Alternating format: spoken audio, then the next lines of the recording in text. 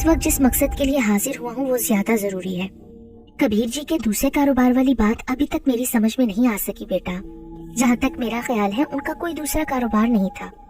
आप मेरे बुजुर्ग भी हैं और मेहरबान भी, इसलिए मैंने सबसे पहले आपसे मशवरा करना मुनासिब समझा। क्या तुम्हें उस कारोबार की नोयत के बारे में उसने कुछ बताया था? जी नहीं। तुमने मुझे कहा था कि वो अपने किसी पार्टनर से मशवरा करने के बाद तुम्हें दोबारा कॉल करेगा। जी हाँ। फोन करने वाले ने अपने पार्टनर के सिलसिले में किसी गोपी का नाम लिया था अंकल। गोपी? नरेश चंद्र कसमसा कर रह गए। मेरा अंधेरे में छोड़ा हुआ तीर आएगा नहीं क्या? गोपी का नाम सुनकर नरेश चंद्र ने कुछ ऐसा ही बुरा सा मुंह बनाया जैसे खाने के दौरान कोई हड्डी का टुकड़ा उनके दांतों के दरमियान आ गया हो। जी हाँ अंकल। उसने मुझे बावर कराने की कोशिश की थी कि उसका पार्टनर गोपी किसी और बड़े आदमी के साथ भी कारोबार में शरीक है। मैंने दबी जुबान में अपनी वालिदा से भी उसी फोन का जिक्र किया। मेरी वालिदा का भी यही ख्याल था कि कोई वालिद साहब का फर्जी कारोबारी शरीक बनकर रकम ऐंठने की कोशिश कर रहा है, लेकिन जब मैंने गोपी के नाम का जिक्र किया तो उन्होंने अपना फैसला बदल दिया। क्या कहा तुम्हारी माता जी ने? उनका मशवरा है कि मुझे छानबीन किए बगैर मतलूबा रकम अदा कर देनी चाहिए। कोई कारण नहीं बताया तुम्हारी माँ ने? जी नहीं, माँ ने तो कोई वजह नहीं बताई थी, लेकिन जब मैंने उन्हें कुरेदने की कोशिश की तो उन्होंने मुझे यही मशवरा दिया कि आपसे पूछकर ही कोई कदम उठाऊं। क्या तुम्हें याद है कि कॉल करने वाले ने सिर्फ गोपी ही का नाम लिया था? जी हाँ। तुमने क्या सोचा है बेटा? मेरा जाती ख्याल भी यही है कि 1,75,000 की रकम किसी इंसानी जिंदगी से ज्यादा अहम नहीं होती। क्या मतलब? किसी की जिंदगी से तुम्हारा क्या मुराद है? अंकल, आपके जन्मदिन वाली रात बिजली का अचानक चला जाना, किसी पुजारी का मेरे पास आना, फिर उस पर कातलाना हमला होना, क्या ये सब महज इत्तफाकिया हादसात कहे जा सकते हैं? पुत्र, तुम मुझे क्या बताना चाह रहे हो? उस पुजारी ने भी मुझसे यही कहा था कि अगर मैंने मतलूबा रकम 10 रोज के अंदर अंदर अदा ना की तो गोपी की पुरस्कार कुव्वतें मुझे जलाकर राख कर देंगी। इस जुमले के फौरन बाद ही किसी ने उस पर कातलाना हमला कर दिया, फिर वो अंधेरे का फायदा उठाकर फरार हो गया। लेकिन ये कैसे हो सकता है? वो तो अचानक ही वो खड़े हो गए और कमर के पीछे हाथ बांधे चहलकदमी करने लगे। उनका अंदाज ऐसा था जैसे वो कोई गुत्थी सुलझाने की कोशिश कर रहे थे। दानिश पुत्र, तुम नहीं जानते कि मैं तुम्हारे पिता के कितने उपकारों के बोझ तले दबा हुआ हूँ। वो मनुष्य नहीं, देवता थे, देवता। मैं अगर सारा जीवन तुम्हारे परिवार की सेवा करता रहूं तब भी उन एहसानों के बोझ को चुकता नहीं कर सकता।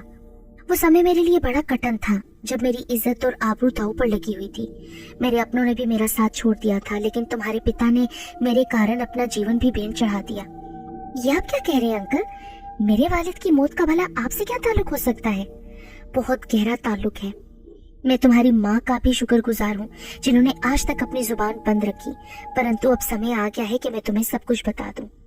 मैंने कोई जवाब नहीं दिया, लेकिन मुझे खुशी थी कि अब नरेश चंद्र खुद ही उन राजों से पर्दा उठाने की खातिर आमादा नजर आ रहा था जिसने मेरी रातों की नींद हराम कर रखी थी। बेटा, अगर वो जिंदा है तो फिर अंजला को भी उसके बारे में जरूर खबर होगी। लेकिन आप किसकी बात कर रहे हैं अंकल? मैंने अंजला का नाम सुनकर वजाहत चाही। उसी हराम के तुखम गोपी की जिसका तुम्हें फोन पर हवाला दिया गया था। क्या आप उससे वाकिफ हैं अंकल? हाँ, उसी हरामी के जने का नाम गुप्ता है जो मेरे कारोबार के साथ भी जुड़ा हुआ है। वही दुष्ट और पापी मेरे जीवन का सबसे बड़ा रोग है। नासूर बनकर मेरी छाती से लिपटा हुआ है, चोंक की तरह आज तक मेरा खून पीता रहा है। धन दौलत आनी जानी चीज है पुत्र। 5-10 लाख की रकम मेरे लिए हाथ के महल से ज्यादा नहीं, लेकिन इज्जत एक बार चली जाए तो फिर मंच किसी को मुंह दिखाने के काबिल नहीं रहता। इसी कारण मैं भी मजबूर हो गया था, लेकिन अंजला, उसने मेरे साथ धोखा करके अच्छा नहीं किया। आज वो भी मेरी नजरों से गिर गई जिसे मैंने अपने जीवन का सबसे मजबूत और ठोस सहारा समझा था। हमने अग्नि के फेरे लेने के बाद साथ जीने और मरने की कस्में खाई थी। उस शुभ घड़ी पर मैंने अपने खून से उसकी मांग में सिंदूर भरा था, और एक मेरा वो अनमोल मित्र था जिसने मेरे कारण अपना जीवन भी बलिदान कर दिया। उसका एक और साथी भी मारा गया।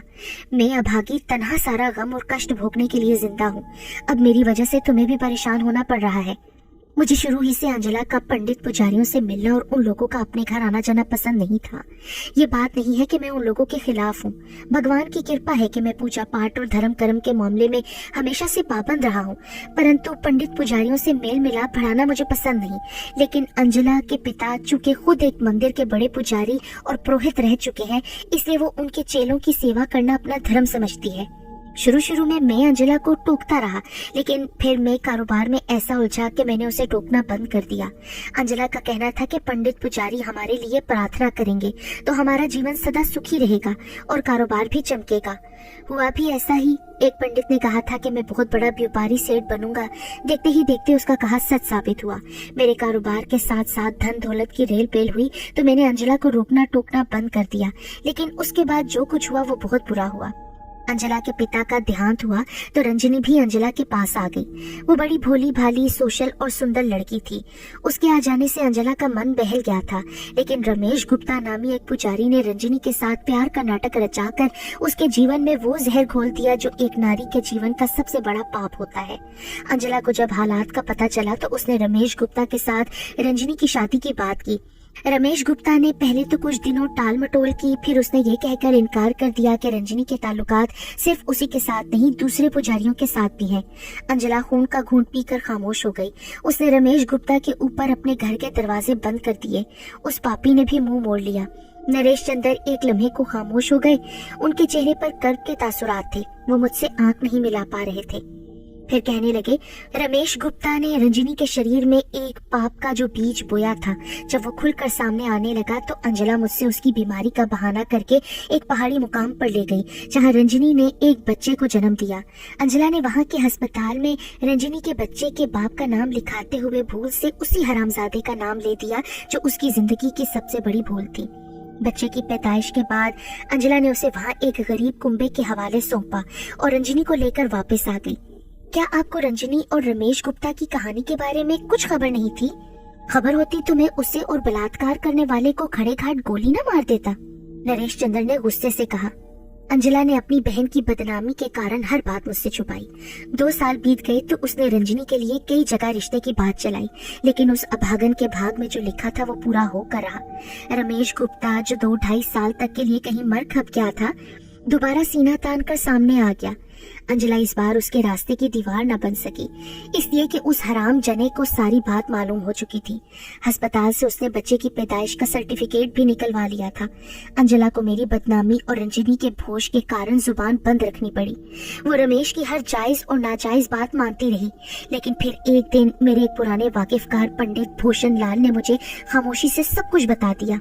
उसी की जुबानी मुझे मालूम हुआ कि रमेश गुप्ता न सिर्फ अंजला को ब्लैकमेल कर रहा था, बल्कि बड़ी बड़ी रकमें भी ऐंठ रहा था। रंजनी भी उसके सामने जुबान खोलने से मजबूर थी। मेरा कारोबार उस वक्त फैल चुका था। समाज में मुझे अच्छे नाम से याद किया जाता था। बात घर से निकलकर बाहर जाती तो मेरी साख खराब हो जाती। बड़ों का कहना भी यही है कि गंद को उछालने से बेहतर है कि उसे दबा दिया जाए। मैंने यही कोशिश की। पंडित भूषण लाल मेरा पुराना नमकख्वार था, भरोसे का आदमी था। मैंने उसके जरिए रमेश और रंजनी की शादी की बात कराई, मगर ये शर्त भी रखी कि वो शादी के फौरन बाद रंजनी को साथ लेकर कहीं दूसरे मुल्क में जाकर रहे और दोबारा कभी वापस आने की गलती ना करे। उस हरामजादे ने मेरी शर्त मान ली, परंतु उसने भी ये शर्त रखी कि अगर मैं उसे अपने बिजनेस में 2 आने का भागीदार बना लूं तो फिर वो कभी सामने आने की गलती नहीं करेगा।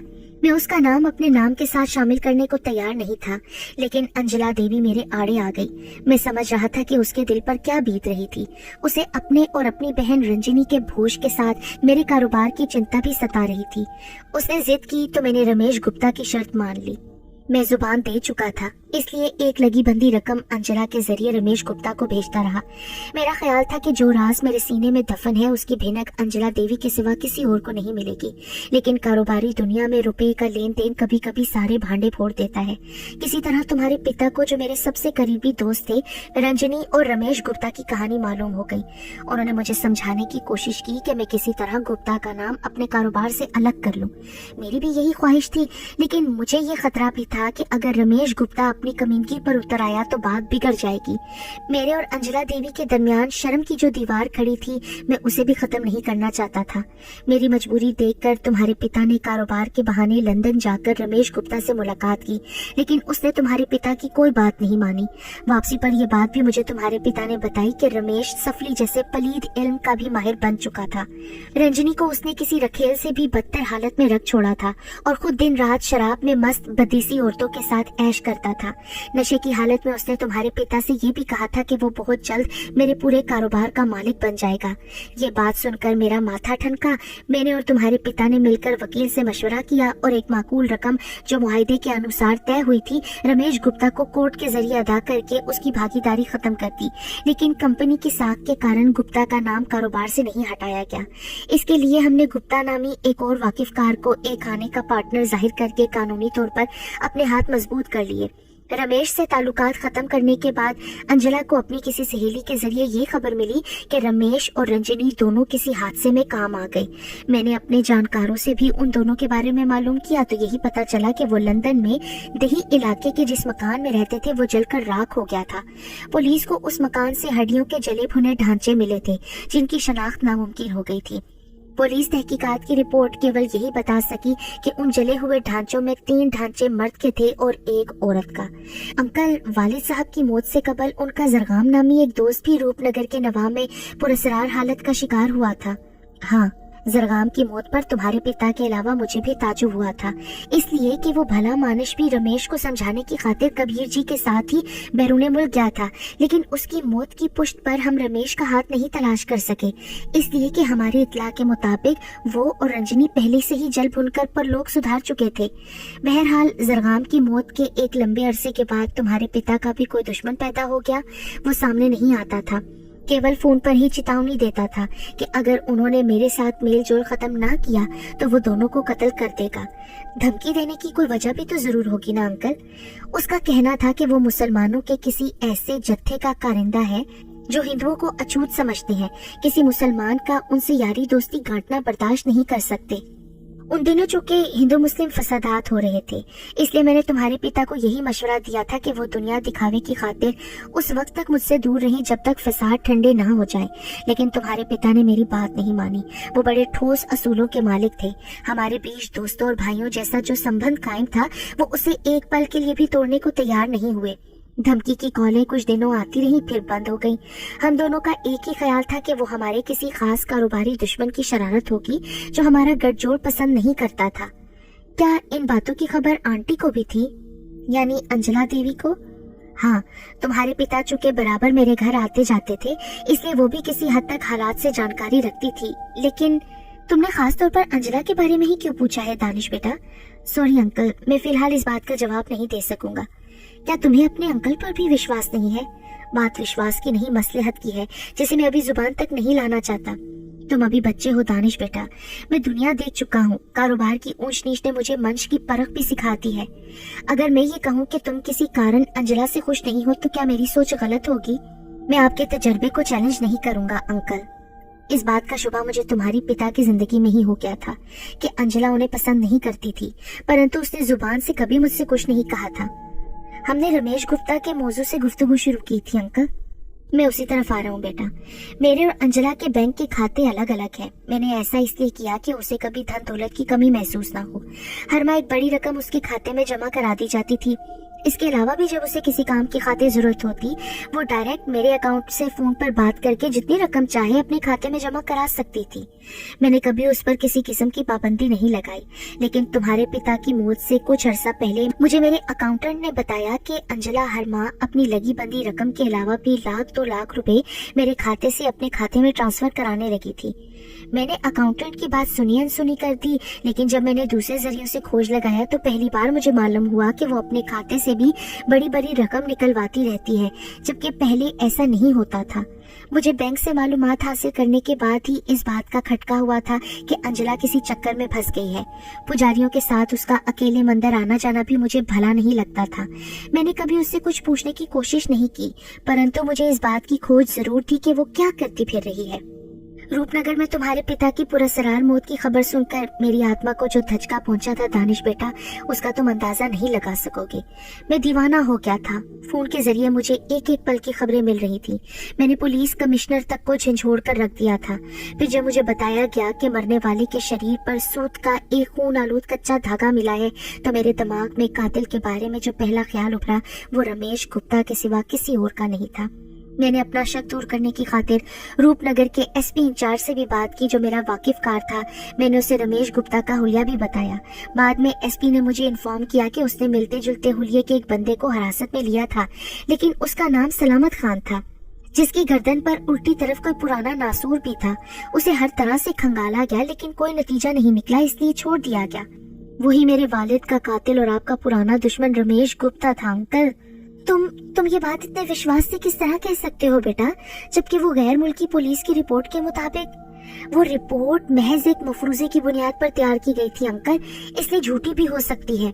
मुझे यकीन है कि मकान को आग लगने वाला ड्रामा भी खुद उसी ने रचाया होगा, ताकि पुलिस उसका पीछा न कर सके। बल्कि मैं तो ये बात भी पूरे यकीन से कह सकता हूँ कि रमेश गुप्ता के अलावा रंजिनी भी जिंदा है। जिस शख्स को पुलिस ने सलामत खान समझकर छोड़ दिया था, वो भी 100% वही था जिसकी हमें तलाश है। नरेश चंद्र को तो लग रहा था जैसे सख्ता हो गया हो। शायद उन्हें मेरी बात का यकीन नहीं आ रहा था।